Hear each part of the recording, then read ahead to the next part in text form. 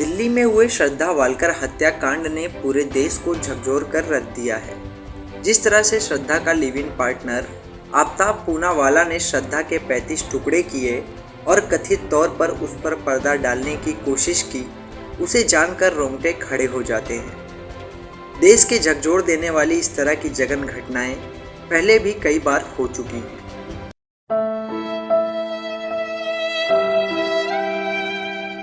Media report के मुताबिक अक्टूबर 2010 में देहरादून में अनुपमा गुलाटी की हत्या हुई थी।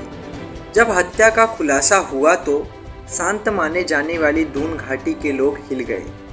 हत्या अनुपमा के पति राजेश गुलाटी ने ही की थी। हत्या के बाद राजेश ने लाश के 72 टुकड़े कर डीप फ्रीजर में रख दिए थे। 2 महीने तक हत्या की भनक किसी को नहीं लगी। दिसंबर महीने में जब अनुपमा का भाई दिल्ली से देहरादून पहुंचा तो घटना सबके सामने आई। देहरादून पुलिस ने मामले की जांच के बाद 2011 में चार्जशीट फाइल की थी। आरोप पत्र में बताया गया था कि राजेश और अनुपमा के बीच अक्सर झगड़े होते थे। हत्या के दिन भी झगड़ा हुआ था। झगड़े के दौरान ही बेड के कोने पर अनुपमा का सिर लग गया था।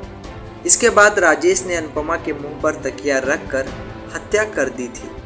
किसी को पता ना चले इसके लिए राजेश ने एक डीप फ्रीजर खरीदा और अनुपमा की बॉडी को उसमें रख दिया। फिर स्टोन कटर मशीन से बॉडी के टुकड़े करने लगा और धीरे धीरे मसूरी के जंगलों में फेंकने लगा। रिपोर्ट के मुताबिक साल 2017 में देहरादून कोर्ट ने इस घटना को जघन्य अपराध की श्रेणी में रखते हुए राजेश को उम्र कैद की सजा सुनाई थी। साथ ही 15 लाख रुपए का जुर्माना भी लगाया था। राजेश ने इस फैसले के खिलाफ अपील भी की, लेकिन नैनीताल हाईकोर्ट ने उसे जमानत नहीं दी। अनुपमा दिल्ली की रहने वाली थी। साल 1999 में राजेश से लव मैरिज की थी। राजेश एक सॉफ्टवेयर इंजीनियर था। देहरादून के प्रकाश नगर में दोनों अपने बच्चों के साथ रहते थे। साल 2000 में अमेरिका भी गए। 6 साल बाद वापस आने के बाद देहरादून में बस गए। अनुपमा की हत्या के वक्त उनके दोनों बच्चे सिर्फ 4 साल के थे।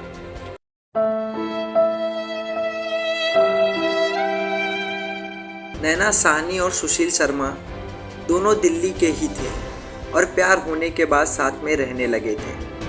कुछ समय बाद दोनों के बीच संबंध बिगड़ गए। तब ये बात सामने आई कि नैना का अपने बचपन के दोस्त मतलूब करीम के साथ संबंध बन गए थे। दोनों के बीच संबंध का शक सुशील को पहले ही हो गया था।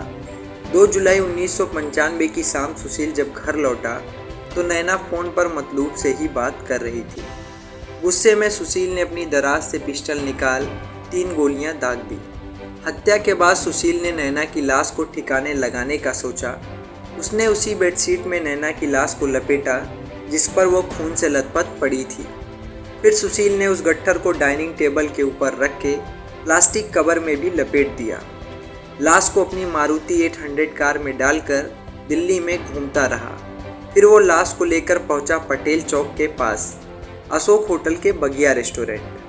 देर रात हो गई थी, इसलिए रेस्टोरेंट में काम करने वाले कर्मचारियों को घर जाने को कह दिया गया। जब रेस्टोरेंट खाली हो गया तो सुशील शर्मा ने लाश को जलते तंदूर में डाल दिया और लाश को जल्दी जलाने के लिए उसमें खूब मक्खन डाल दिया। लपटें आसमान छूने लगी। एक सब्जी बेचने वाली महिला आग की लपटें देखकर चिल्ला उठी। जलने की बदबू से पोल खुल गई। सुशील शर्मा वहां से भाग चुका था। तंदूर में लगी आग बुझाई गई तो अंदर से जली हुई लाश के हिस्से और हड्डियां मिली। सुशील ज़्यादा समय तक छिपकर नहीं रह सका। आखिर में 10 जुलाई 1995 को उसने सरेंडर कर दिया। सुप्रीम कोर्ट ने उम्र कैद की सज़ा सुनाई।